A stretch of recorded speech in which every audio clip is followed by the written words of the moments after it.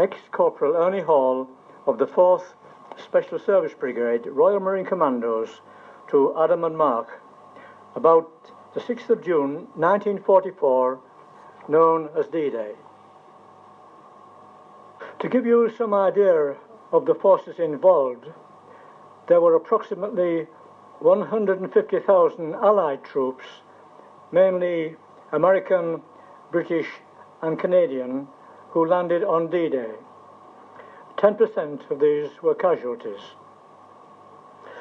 There were 6 huge battleships, hundreds of cruisers and destroyers, 860 merchant ships, over 4,000 landing craft and ships, 5,000 fighter aircraft, 4,000 bombers, and 3,500 gliders. Just let me try and set the scene for you as I saw it. If you can imagine an area of water hundreds of times bigger than Whitby Harbour, packed with craft of all sizes, thousands of them loaded with troops waiting for the order to sail 100 miles to France. So let us start on our landing craft at Southampton. My craft was known as an LCIS, Landing Craft Infantry Small. It carried about 60 men and was flat-bottomed, so it could get close to the beach. At this time, the smaller warships, destroyers and rocket craft, came quite close and opened fire on selected targets.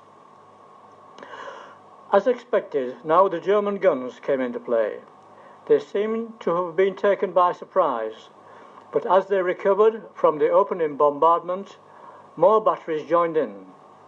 There were large explosions around us now in the water, and ships were being hit and sinking. Remember that French civilians lived on the coast, and over 10,000 were casualties. On the run-in, 4 of our 8 craft were sunk.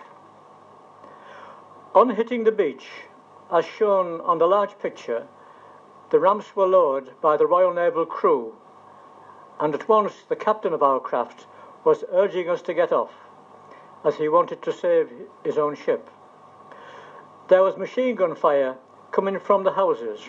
Remember, I mentioned Sands End. And the first 6 of the men down our ramp were shot.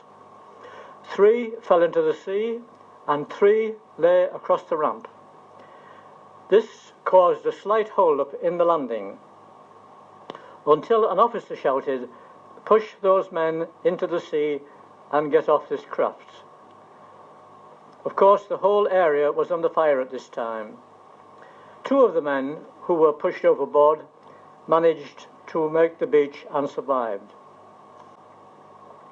Each man carried about 90 pounds of equipment, so you can see if you went into the water, the chances that you would drown. We had been well trained for the job we were doing, and I was apprehensive but not afraid. We had paid attention to all we were taught and lived to confirm how important it is to be disciplined.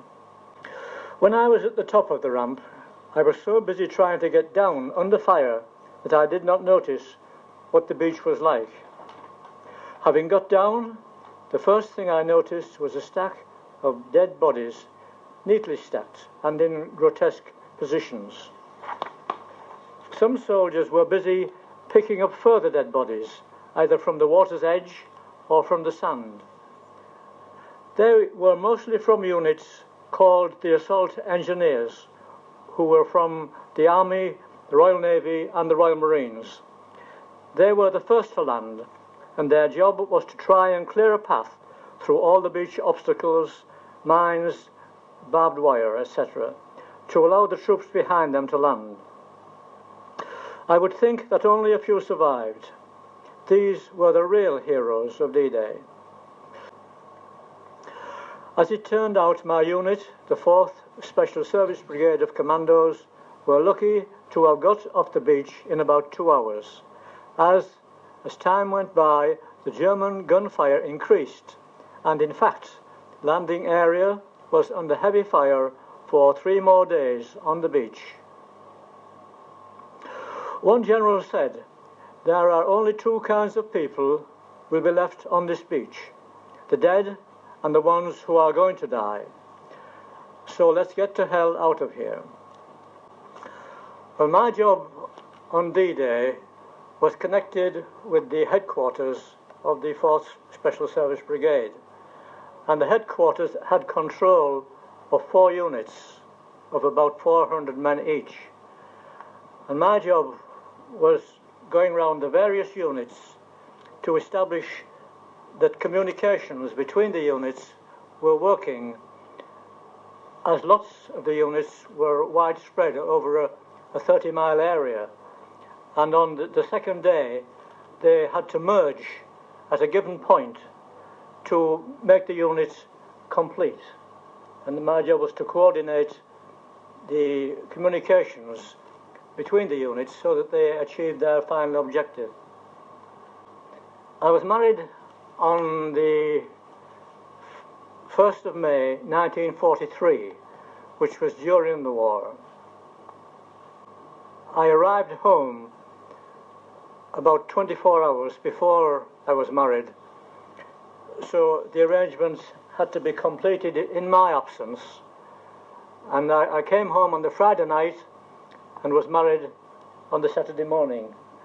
And it is interesting to know that my son Jim, or James, was born after D-Day, when we were engaged in a battle with the Germans on the left-hand side of the River Seine, and we had been bogged down for 2 days in our trenches, and we didn't move very much at all. And when my son was born, my father sent me a telegram saying that my son had been born and that Wynne, my wife, was well. And the first I knew of it was a sergeant crawling across from an adjacent trench with the telegram, which had been passed from trench to trench for about half an hour.